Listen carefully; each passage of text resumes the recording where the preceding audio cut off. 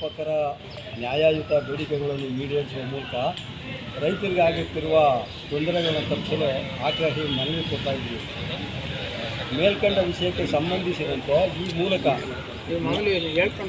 ಬಯಸುವ ಆದೇಶವೇನೆಂದರೆ ಕರ್ನಾಟಕ ರಾಜ್ಯಾದ್ಯಂತ ಪರವಾನಗಿ ಭೂಮಾಪಕರು ಮತ್ತು ವಿವಿಧ ನ್ಯಾಯಯುತ ಬೇಡಿಕೆಗಳ ಈಡೇರಿಸುವ ಅನಿರ್ದಿಷ್ಟ ಅವಧಿ ಮುಷ್ಕರದ ಹಮ್ಮಿಕೊಂಡಿರುತ್ತಾರೆ.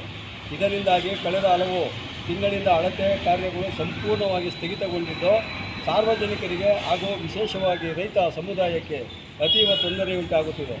ರೈತರು ತಮ್ಮ ಜಮೀನುಗಳ ಹದ್ದುಬಸ್ತು, ದುರಸ್ತಿ, ಕೋಡಿ ಹಾಗೂ 11 ಈ ನಕ್ಷೆಗಳಿಗಾಗಿ ಈಗಾಗಲೇ ಸರ್ಕಾರಕ್ಕೆ ನಿಗದಿತ ಶುಲ್ಕವನ್ನು ಪಾವತಿಸಿದ್ದಾರೆ.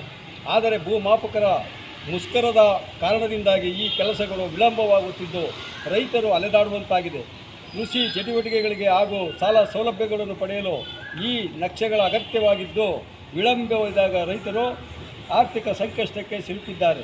ಆದುದರಿಂದ ಜಿಲ್ಲಾಡಳಿತ ಹಾಗೂ ಸರ್ಕಾರವು ಈ ಕೂಡಲೇ ಮಧ್ಯ ಪ್ರವೇಶಿಸಿ ಕಂದಾಯ ಸಚಿವರು ಮತ್ತು ಮಾನ್ಯ ಮಂತ್ರಿಗಳ ಮಟ್ಟದಲ್ಲಿ ಚರ್ಚಿಸಿ ಭೂಮಾಪಕರು ಕಾರ್ಯಗಳನ್ನು ಪೂರೈಸಿ ಅನುಕೂಲ ಮಾಡಿಕೊಡಬೇಕೆಂದು ಈ ಮೂಲಕ ಒತ್ತಾಯಿಸುತ್ತಿದ್ದೇವೆ.